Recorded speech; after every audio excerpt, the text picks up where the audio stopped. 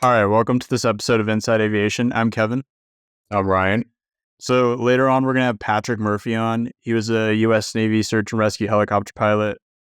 He now flies his King Air around for a bunch of charities, has really cool stories both in GA and some overseas stuff that he was telling us about, so stay tuned for that.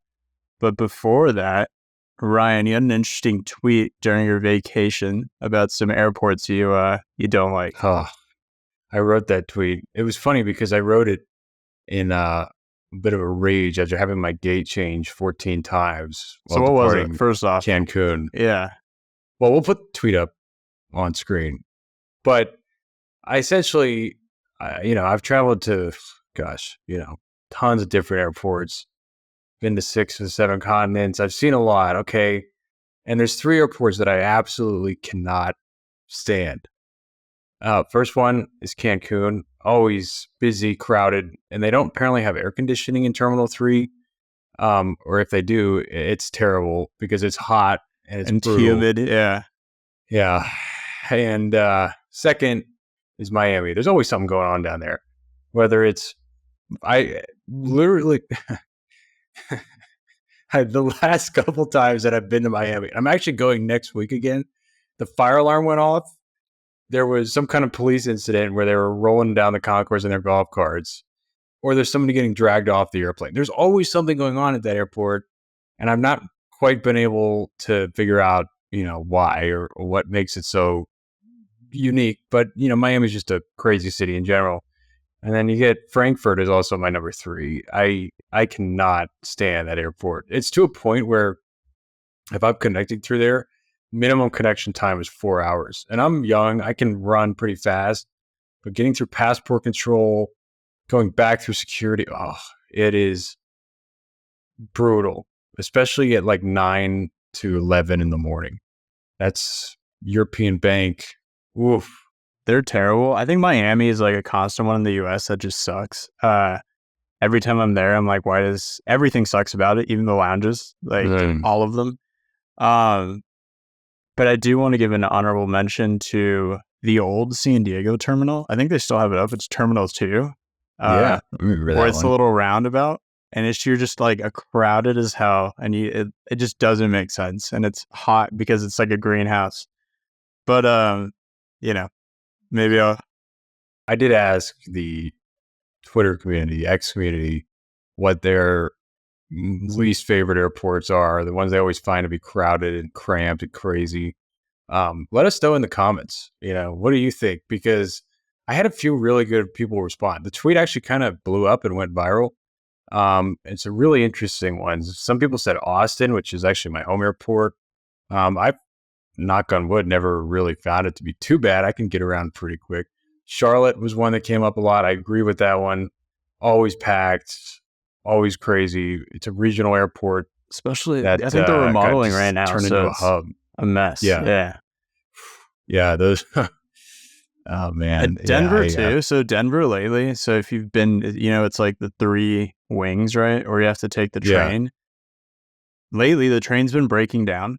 So it's just backs up into the terminal, above the, it's just this whole disaster. And it's actually caused delays because flight crews can't get to the gate, or transfer gates and all that. But anyway. The one that was also brought up was DFW, which is one obviously being here in Central Texas. I fly out of a lot.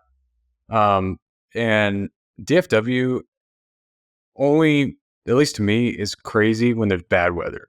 And you know what DFW stands for, right? No. Doesn't function wet. Okay. Is that actually a thing? Does that happen? It was an American Airlines thing. It was every time one rainstorm would blow in there, everything just, it was a rough days. And the thing is with DFW is it's so large of a real estate plot that like you might have a big cell over the west side of the airport. The east side's like sunny and fine. You're just chilling. Yeah, it's kind of like Denver. So are you going to be reimbursed for those delays for suffering through Cancun? Kind of how Boeing has reimbursed Alaska Airlines. That was a nice transition there. So yeah, big news here. Boeing reimbursed Alaska $160 million dollars, and that is what they said in an 8K filing the airline did this morning. That is what Alaska originally said their losses would be after the door plug incident and the subsequent aircraft grounding. So it's not surprising that they would publicize that number. They indicated in the filing that there was more in compensation that Boeing was providing, but the terms are quote unquote confidential. So we may never find out what the actual number was, but the absolute base is 160 million, which I don't know about you, but to me, it seems a bit low. Yeah, I mean, it seems a bit low for the airline. It kind of opens them up too for any other airline to be like, hey, I'm having these issues with any of your products, and then getting some kind of reimbursement. But my thing too is like, what about the passengers? Now, this is like, I know there was a report that the FBI was contacting the passengers, and that kind of like will categorize them as a victim. So I'm sure it'll be settled pretty nicely for them. But I'm sure. yeah, what do you think that'll happen? Like, have you seen that happen before in the airlines? Like an accident case where, Oh, certainly. Yeah, I mean, people just get paid out. absolutely. Yeah, that's very common, especially if it's a fatal accident. Families get paid out. These sort of litigations, though, can take years and years. There's been instances where settlements haven't been finalized for decades after the accident took place. So, I would like to think in this case that it might be a little more expeditious, but who knows? So in this case, like, who's actually going to be liable for this? Will it be like Alaska, who, or is it Boeing since they have a history of problems, or is it just the American way where everybody gets sued and everybody's going I to? think it's everybody's getting sued. I think ultimately a judge or certainly a jury, if it comes to that, will find that who the correct party is in terms of the lawsuit. But it seems that Boeing is kind of taking up more of the air in terms of fault and breach of duty and negligence and all of that. So I wouldn't be surprised if Boeing kind of bears the brunt of it. And I think the other thing, I say 160 million is low to Alaska. Yeah, like I said, I'm sure there's more to it than that. But what's interesting to me is that, the airlines are going to have to, especially Alaska, kind of take stock of what's the PR damage? How's this damaged our reputation? Is there any indication in our data that bookings have reduced, or people are booking away from MAX 9 airplanes after this incident? And I think we're going to hear a little more about that as earnings season approaches for airlines here in the next couple of weeks. For Q1 of 24, just to kind of see what the aftermath is and what these airlines are seeing in terms of book away, because it's very rare. Even when the 737 MAX kind of first returned to service back during 2020, 2021 timeframe, there really wasn't a lot of data that indicated that, people were actively booking away from the airplane. And it would be very, very intriguing to see if that's the case now, just given the volume of headlines here and stuff that has been taking place. I mean, I think, to add to that, it would also be interesting, and I'm sure there'll be a question on one of these earnings calls from an analyst or a reporter about, has there been book away from Boeing aircraft in general? These general public may not be able to discern that, and being, as the comments here tell me, Gen Zer. I'm not a Gen Zer, for the record. I see a lot of Instagram reels and TikToks out there with travel people saying that they're booking away from Boeing. And I get that's very anecdotal and surface level. But I'm interested to see if that's if they're seeing more of a trend in some of the data. Yeah, it'll be interesting to get that out. Maybe we can do a flying research white paper on it and get on that. But I don't know. To me and like to other people like who are close to it, I think it just like, you don't really care. It's just like, I just want like the cheapest, quickest flight, like stick to my loyalty program and get points. It's just like, whatever. Yeah. I mean, I'm flying to Sun and Fun like you next week. I don't even even think about the type of airplane I'm flying on, except to be like, oh, I know what seats I like on this airplane because I fly this airline so much. Yeah, exactly. Yeah, I know. And some like, I mean, the 737 Max has some nice seats, especially in economy. Well, it's a Premium. quiet airplane too. Yeah, it is. Sweet. But I guess this incident, like your incident in Cancun, is also a fun push to go get your pilot's license and go fly, unless you're sad, according to the FAA. Because if you're sad, you can't go to therapy or get diagnosed with anything. So recently, as of April 1st, which is hilarious that they would post this on April 1st, the FAA said you don't have to report talk therapy, whatever that means. They didn't really define it that well. And it could lead to, some pilots going into talks with therapists and them unknowingly getting a diagnosis on their medical report, which then will come up when they, do the whole medical process, and it's a whole issue. I think a couple issues with this, in my opinion. It was posted on April Fool's. Like, come on. You got to be able to not do that, like push it one day. Is it progress? Kinda, because the FAA is figuring it out that it's actually an issue, and it's eventually, I mean, it kind of is affecting safety of flight, as we've seen in like different cases here. And third off, it's just the FAA is not moving. It's because the industry is not really pushing them. When AOPA, NBAA, EAA were pushing for medical reform with basic med, that's when they started moving. That's when Congress moved. It's going to take that type of pressure from all these orgs and the community as a whole to make actual changes here when it comes to mental health. And I think, preemptive care of mental health issues and other issues that pilots ignore, like cardiac issues and other stuff like that, shouldn't be disqualifying as long as you're treating it. But again, we're going to need a whole effort from the community to get going on that. I don't know if you've heard anything on the airline side about. Yeah, I mean, again, this is one of those things where you'll find that airlines will be a little more quiet, rely on their lobbyists, whether it's Airlines for America or even kind of lean on the unions a bit to go ahead and push this sort of legislative change. I think we've seen it even on the airline side, with that Alaska incident not too long ago where the guy tried to pull the fire handles.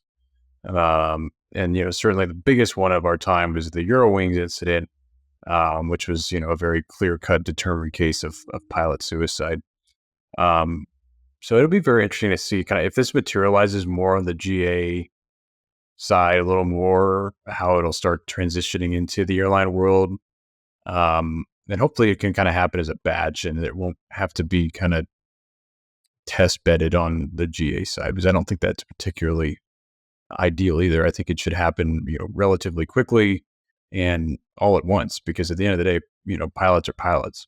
Last story I want to touch on came out today is Icon Aircraft is filing for bankruptcy, Chapter 11 bankruptcy. And they're kind of doing the same thing Van's Aircraft did, pledging transparency on their next steps, contacting owners, people who have orders in, the usual. But they did do something that Van's did not, is they put out an announcement going like, hey, if you want to buy it, let us know. Here's a link to our to the firm that's handling the bankruptcy, which is interesting.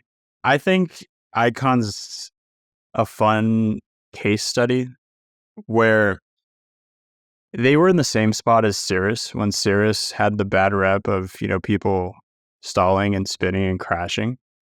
But Cirrus really invested in their training programs and marketing for the training programs. And now they're not really known as a dangerous aircraft. They're kind of known as one of the safest, especially with caps. I think Icon was going for the same market Cirrus was, but didn't invest in their training. And if they did, they didn't really put that out there. They didn't try to change the narrative. I think companies like Icon and Cirrus, to me, as somebody who's been in aviation for a while, they're not immediately appealing because, I'm interested in other stuff, but I can see the benefit for the industry as a whole because it gets people interested in getting their license, even if it's a sport pilot's license, recreational pilot. getting into the industry, and then expanding from there. But it is a bummer every time one of these goes into bankruptcy because it's not good for the industry as a whole. But what are your thoughts on it, airline guy? Well, I mean, I agree with you. I mean, I've been in aviation a lot too. I grew up around it, and you've kind of seen some of these like firms go in and out. And I think the key with a lot of these is just knowing your audience, right? Knowing your key market segment. And I think whether it was Icon or Cirrus, kind of knowing that market segment and where you are, where you fit in, can be kind of a challenge. That really hurts a lot of companies over time. Yeah, no, I agree. Cirrus did a great job at like embracing the community and like just going for the low hanging fruit within, aviation, and then expanding beyond there to people who aren't even in aviation and selling their product as like a lifestyle enhancement, not really a investment. Fun machine, right? Yeah. Yeah. Icon, I think I've talked about this before in the past. I thought that like if they added an aircraft with 4 seats and a little more range, it might have like hit that sweet spot within the community of, hey, it's a fun seaplane where you can actually travel, pretty far. You can take more weight than the small 2-seater. I think that would have helped. But again, I can't imagine the cost that would have,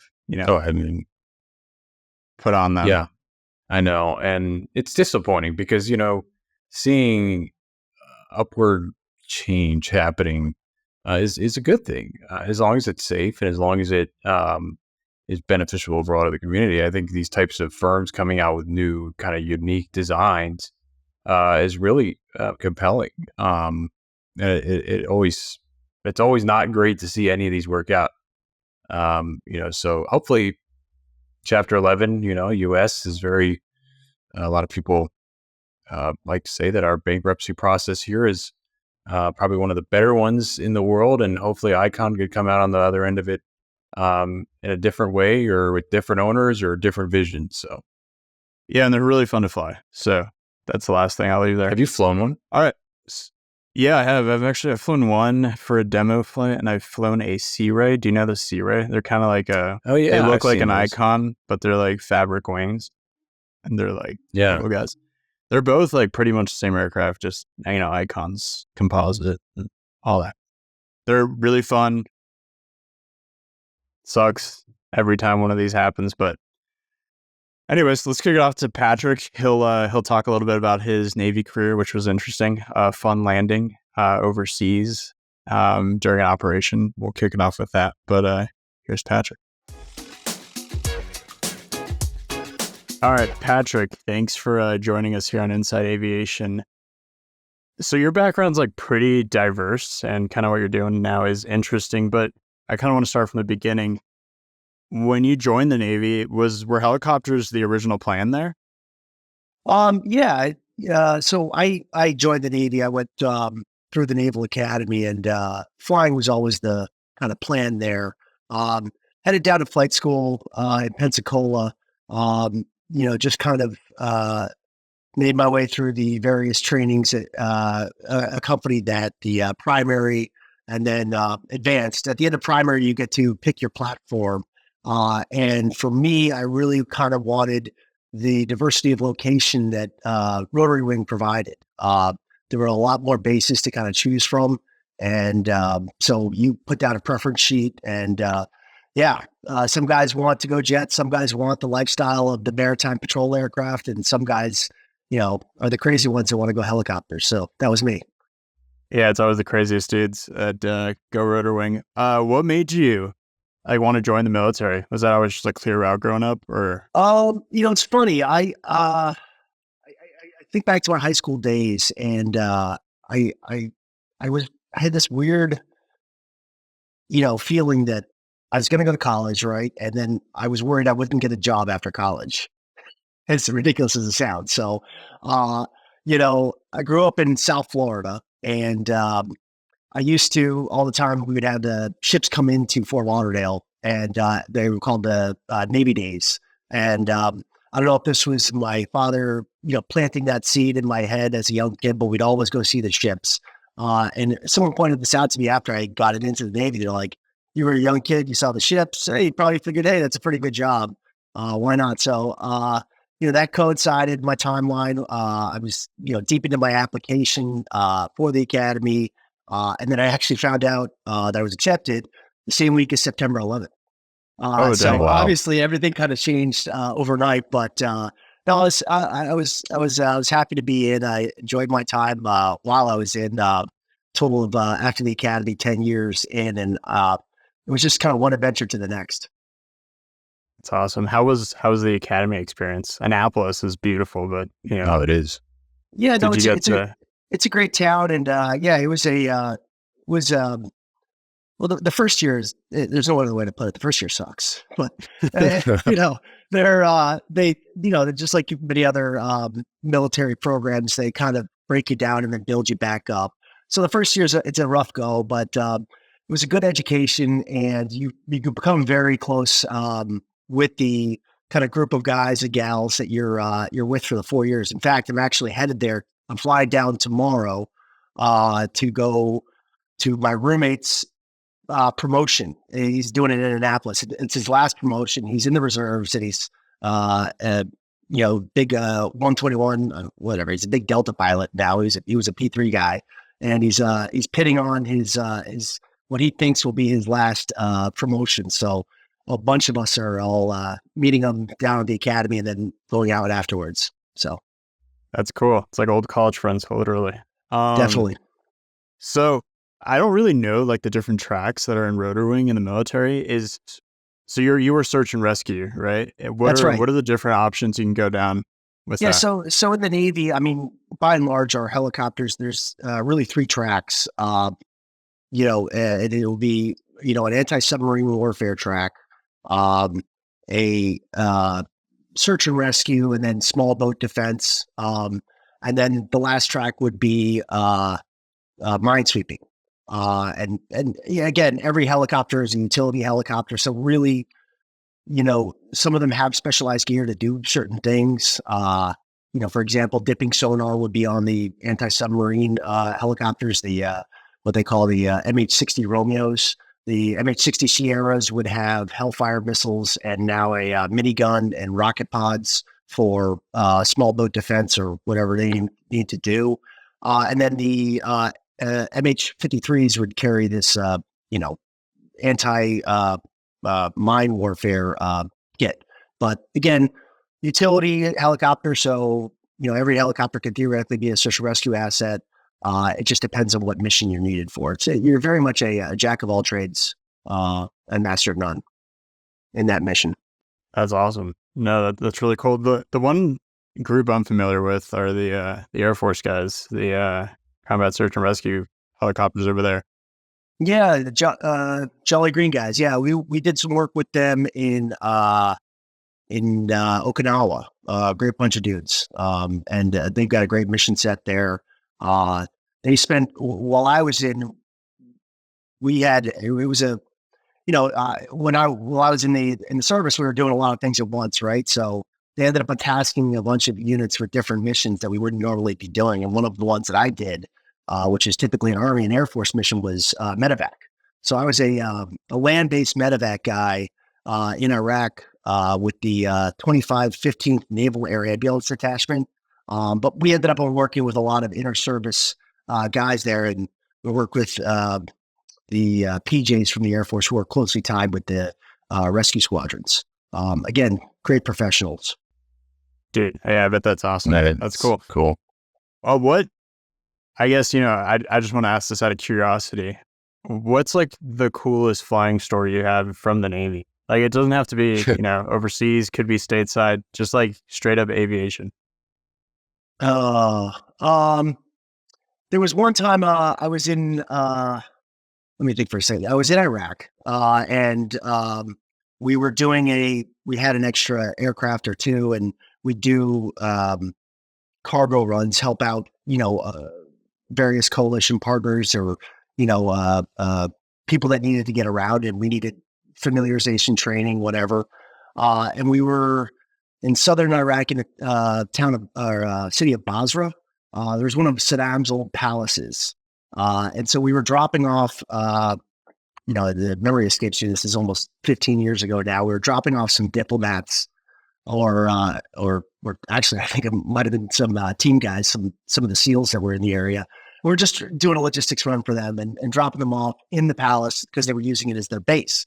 And the helicopter landing zone in that palace was a courtyard, big enough to basically fit one helicopter.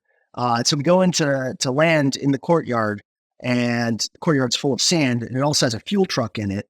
So we immediately get what they call a brownout, which I'm sure if you've seen The Mummy, what a sandstorm looks like. So the pilots are then pretty much reliant on their crewmen behind them to look down and pick up the relative drift in the area, and kind of you're still putting the inputs on the controls, but the crewmen in the back are basically telling you exactly where to go. And it's a big crew coordination exercise. We're sitting there and I'm trying to, fine tune it in, and I'm not quite getting it. And I'm like, oh man, we're not going to be able to do this. What the hell? And then I look to the right of me, and there's like a street right outside the palace. And eventually I'm like, screw this. Let's just go land in the street. So we literally just hover taxied to our right, landed in the street, and sorry guys, you got to walk into the palace yourselves. Go past the gate. You're fine. But I'm not going to, prong the helicopter in a dusty LZ in the middle of downtown Basra. So that was a fun That's moment. insane. Again, it's like anything else in aviation. Sometimes you got to kind of step back and be like, wait, what am I doing right now? Is there another way to be doing this? What's really going on here? Yeah, this is stupid. Let's not do this. Yeah. No. Yeah. Okay. Cool. So I've worked with a lot of rotor wing guys, and they're like hardcore rotor wing, and they never go fixed wing. So what made you go fixed wing in your civilian life? So, I mean, with the Navy track of training, everyone starts out fixed wing, and then you branch out from there. And then after you get your wings, there's a certification test you have to take to transfer all your licenses over to the FAA. And, you come out of that with, basically a commercial rating, instrument rating, rotary, if you're a rotary wing guy, rotary wing and single engine. They basically, it's an equivalency test, right? So you get out and you still have the ability to go fly fixed wing or rotary wing. And the reality is, on the outside, it's just tough to find helicopters. I mean, I don't even know if they exist for rent anywhere, much less, rent at an economical rate. So I got out, I got out in 2016, moved up to New York, and, that itch was just there. I needed to get back flying, and I'm started looking around at options and stuff like that, and found a flying club up in, out of White Plains, and, started flying with them. They had, Archers, Arrows, actually, Bonanzas and a Cirrus. So it's a pretty good flying club. Yeah. And they, I kind of signed on with them and then got back into flying fixed wing. I will tell you, there was a transition period for me. I mean, my landings were a bit rough for a long time, getting back into flying fixed wing. Yeah. But, I haven't touched, here's another little funny story. I took my last equivalency test about a year ago, and that was changing over my instructor rating to the civilian side, so getting the CFI. But given the fact that I had only ever instructed in helicopters, the FAA prints me CFI for rotorcraft. I mean, I hadn't been in a rotorcraft for 8 years, and now I'm a CFI. So I'm kind of like, okay, now I got to figure out a way to make this fixed wing. So I'm kind of going through that and trying to, not ratings chasing necessarily, but trying to stay in the books and keep up on studying.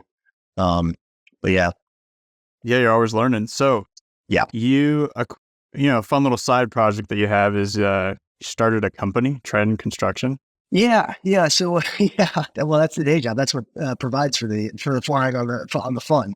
So I have a construction company in New York, and we're a concrete subcontractor. We're a trade contractor that basically pours foundations and superstructures, mostly for tall buildings. I mean, for skyscrapers and stuff like that. We're busy right now. We've got 4 or 5 projects going. Usually we'll do more kind of superstructures and there's some nice buildings out there that we've been able to do in the last 6 years. But yeah, that's what kind of keeps me busy day to day is running and managing that. So That's crazy. No, that's intense. So did you buy like any aircraft for that business at all, for business use or anything like that? So yeah, the aircraft I have, I mean, trust me, I've tried to figure out more and better ways to use it with Trident. I actually use it in terms of managing investments. Outside of Trident, I've got some real estate investments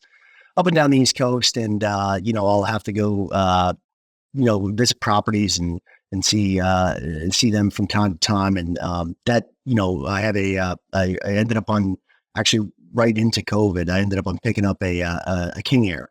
So I've got a 1981 Reagan era King Air. Sick. Wow. I know cool. it's so nice. I mean, again, like I hate to be such a beach fanboy, but I've flown Bonanzas. I did get to fly the T-34 when I was in the service. And there's something about beach aircraft where the controls just feel so, kind of harmonized and light. When I got into the King Air, the instructor, my first time ever flying one, he's like, it's going to be like a big Bonanza, a big Baron. And then he was not wrong. So, I mean, everything, I love hand flying that thing. I upgraded the avionics. So, theoretically I don't need to hand fly it anymore, but I really just, I do love it. Yeah, these old aircraft, they're getting up in age, but you got new engines, the Black Hawk engines on them, and they really become kind of these little kind of niche value propositions in GA, or let's say in the turbine market. I mean, I joke sometimes that my King Air is kind of like a poor man's Pilatus. I mean, trust me, Pilatuses are awesome. I mean, don't get me wrong. They're sick, yeah. I mean, if I hit the Powerball tomorrow, I'm not saying I'll change, but there will be signs. But no, and I'm excited to see whatever that Beachcraft Denali coming out, what that kind of ends up on being. But no, I'd say there's a lot of value in these 70s, 80s, back when they made these turbine aircraft, and even the pistons too, obviously in bigger numbers. And guys are taking care of them. They're re-engineering them. They're putting new avionics in, and again, you can go out and buy $1 million Cirrus, or you can go out and buy a King Air for half that. And I mean, to each their own. I'm not judging one way or other. They're both great aircraft, but there's a lot of capability left in them. Oh, dude, I judge people all the time. I'm like, why did you buy that SR22T? You could have just bought like an older TBM. Yeah. Yeah, exactly. Right. I mean, yeah. No, trust me, I was looking at those TBMs for a little bit. I mean, again, that COVID bump in the price is kind of threw everything into a whirl. But there's hidden gems out there in the market, and I mean, you guys are doing a great job over at Firecrown there with whatever that aircraft for sale website is, but it's good for lusting after. Yeah. But dude, it's addicting. I spend time on that way too much. That's what Kevin does during the workday, actually. Yeah, it's most of the time. Quick question. Yeah. So the T-34 and the Bonanza, is it true they have like the same wing, or what's the? Okay, so I don't quote me on this, but it's like there's this. So I've been told this a couple times that it was somehow like a cut down Baron fuselage, and then like either a Bonanza wing or the Queen Air wing. And again, okay. I actually there's a Beachcraft Museum in Tullahoma, Tennessee. I went there and the guy told me it, but this was like 2, 3, 4 years. Oh, by the way, if you're ever down that way, just totally worth going there. I mean, I've always kind of lusted after pictures of the Stagger wing. Have you ever seen a Stagger wing? Oh yeah. Yeah. I mean, I always thought like, oh man, that's the most beautiful aircraft I have. Like they have 7.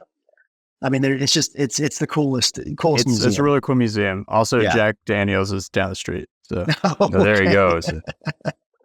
Yeah. So that's cool. So you've done a few charitable flights with the King Air, right? Did you do any before that? And how'd you get in that whole world? Because like the only charity flights I've done have been pilots and paws. Yeah, and that's the dog flights. super Yeah, low tier. Yeah, that's it. yeah. No, I mean, look, it was, I don't know, kind of getting into general aviation after the service. Like you soon realize that like $100 hamburgers are great and all. And my hat's off to kind of motivating people to get out there and fly. For me, it was, I go back to my, Navy days, and, we had, we always were concerned about currency and recency of flying, and they did a big study using data and stuff like that. And the Naval Safety Center came out and said, it's, in their opinion, it was 11 hours a month. 11 hours a month is what a pilot needed to be safe in the aircraft. So everyone's goal was at least 11 hours a month. That doesn't sound a lot. Like, it's not a lot of hours for someone doing it professionally, but for someone doing it, on the side recreationally, that's a lot of time. So, for me, it was kind of like, okay, how do I make use of, what we're going to call it, 120 hours a year or whatever, and what am I going to do to do that? So I, looked into, public benefit flying, and there's a couple of different operators up here and in other parts of the country, the Angel flights, and they're usually kind of directionally, west, east, northeast, or whatever. And then PAL Skyhope, which is one I ended up flying for up here in New York. It just kind of, I hesitate to say this because it runs counter to something I'm going to say, but again, it gives your flying a mission again, right? And again, that kind of gets you going to places you otherwise normally wouldn't go. I could go up to Oswego County, New York. I mean, lovely town, but I've never had another reason to go there. But it's kind of cool to go to these new places, and you meet the people that you're doing the flights for, all super, almost without a fault, like the super most grateful people ever. You get a lot of kids involved in it. Sometimes you're flying veterans. Those flights are actually a lot of fun. Oh, that's cool. That's really cool. I picked up a bunch of veterans last year down in Norfolk, and then we went up to MLB has a sponsorship with PAL Skyhope, where they kind of treat veterans to an MLB game, and they get them out on the field and introduce them in the crowd, and PALS pairs up with them and flies into the game. So I've done that 2 or 3 times, and I picked up a bunch of guys down in Norfolk, and we flew up to the Phillies game, Phillies Marlins last year, and it was just it was a hoot because we're just cracking jokes the whole way and had a great time. But yeah, so I got out and started flying with the flying club up at Westchester, and then started picking up some of these flights for the for PALS and Angel Flight East and Angel Flight Northeast. Renting an aircraft for it.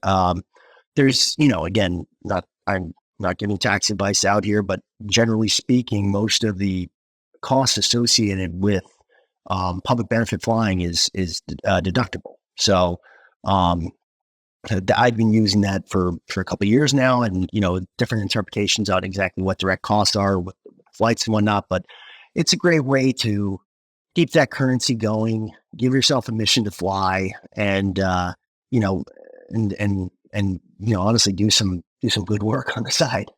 What would you tell somebody who wants to get involved in that sort of thing? First steps. Yeah, first steps. I mean, honestly, Google. You could go to there's Air Carrier Alliance, which is like the kind of Air Care Alliance, which is like the overarching organization. And they have a website where if you just type in your zip code, it's going to populate the different operators in your area, whether it's, one of the Angel flights, whether it's PAL Skyhope, whether it's the Pilots and Paws, or I'm seeing one for sea turtles. They do something with sea turtles. It sounds interesting. Yeah. But they'll be able to kind of link you with the operators in your area, and each of them have different kind of requirements in terms of pilots. I think PALS was something like you had to have 350 hours total time and an IFR rating. If I remember correctly, I think Angel Flight West does not require an IFR rating, but most of them generally do, and most of them kind of fall in that, let's say 300 to maybe 250 to 500 hours total time. They want to see that, and then they're great organizations, and it's really, most of them kind of universally, there's no pressure whatsoever from the organization to either fly for them. If they, most of them will say, if you fly, once a year for us, you're doing a great service. And there's definitely no pressure to complete the mission. So, I mean, again, you still retain that responsibility and authority, under the FARs to determine whether you can do a mission or not. It's having that same mission, but you got to be careful with that word, because alternately, every patient who goes on one of these angel flights or public benefit flights has a secondary option. They can get them a commercial flight. They can do stuff like that. So there's no pressure from the organization to complete it. I mean, I had one a couple of weeks ago where I was supposed to pick up someone in Dayton, and I'm looking at this line just kind of going from Texas to New York. I'm like, I'll do some crazy stuff in the King area. I'm like, I'm not going anywhere near that line, because it's just, that dark red and the kind of jagged edges. Yeah. And then sure enough, like that afternoon, I'm looking up on, I don't know, some news site, and they're like, yeah, 4 tornadoes touched down at Wright-Patterson Air Force Base in Dayton. I'm like, oh, good thing I didn't go there. There you go. So totally must have their hangars there. I got one question. I'm sure it's a favorite. So as a Navy guy, I had an uncle who was an F-14 Top Gun pilot, and he had a lot of commentary about the movie Top Gun. And I want to hear your commentary on it. Well, I mean, first off, that beach bar was kind of cool, but I've been at the Naval Air Station North Island, and the bar that is in Naval Air Station North Island looks nothing like that, but it's even better. Honestly, it's an even more fun atmosphere. No, the movie was, it's a movie, right? I suppose if they made, a movie of my life as a construction executive, it would probably be a lot more interesting than my life actually is. So, I mean, I don't know. I think of my time, certainly deployed in the Navy overall, it's kind of, hours of boredom, punctuated by a few moments of sheer terror. So, the movie kind of amps it up really. But yeah, I mean, I don't know. I think if I was flying with people that beautiful, it would have been a lot more fun. Dang, man, I bet your friends are going to love hearing that. Yeah. I have a question for you, just going back to the charity stuff. You flew at one of the events that I think is pretty underrated and more people should talk about. It's the Special Olympics Airlift. Can you talk a little bit about that and how people can get involved in that?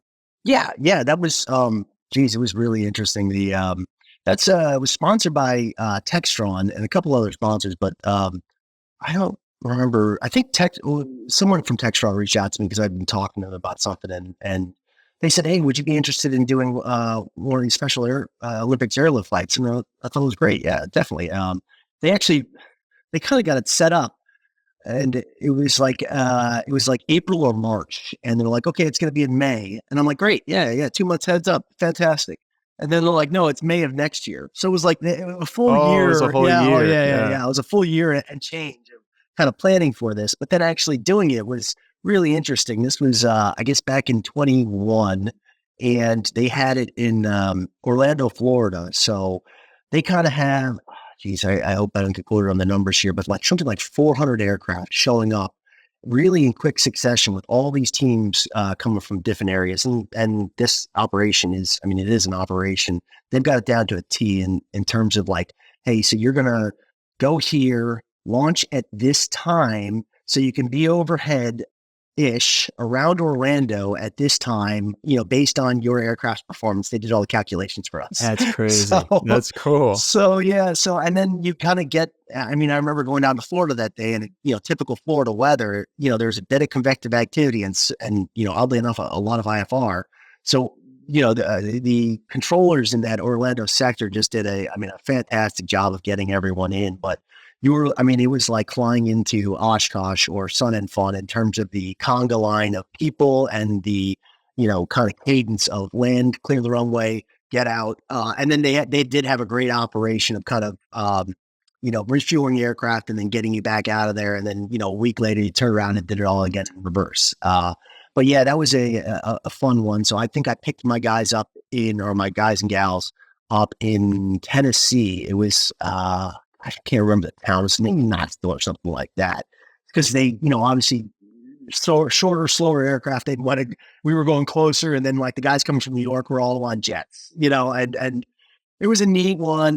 They had, I want to say Peyton Manning was like the ambassador, so I got to shake his hand, and they were doing a great job down there. Kind of taking care of the pilots as they came in and dropped everyone off. That was a really fun mission for the airline. Sweet, man. Well, thanks for coming on and talking kind of about all that. Is there anything else you want to mention, or anywhere people can find you? You going to any shows this year where they can talk to you face to face? Well, I mean, I'm up at up in White Plains, and I guess I'm on Instagram, but I don't know if I'm private or not. But no, I mean, I really appreciate the opportunity to come on and talk about the public benefit flying. I think it's a great option for even for guys. There's a lot of guys obviously going through pilot training right now, but then there's that kind of period in between. You get your commercial, your CFI, whatever, and then you got to get to 1500. And I run just younger guys all the time, and I'm like, look, I mean, I know there's an expense associated with the aircraft, but you got to build the hours anyways.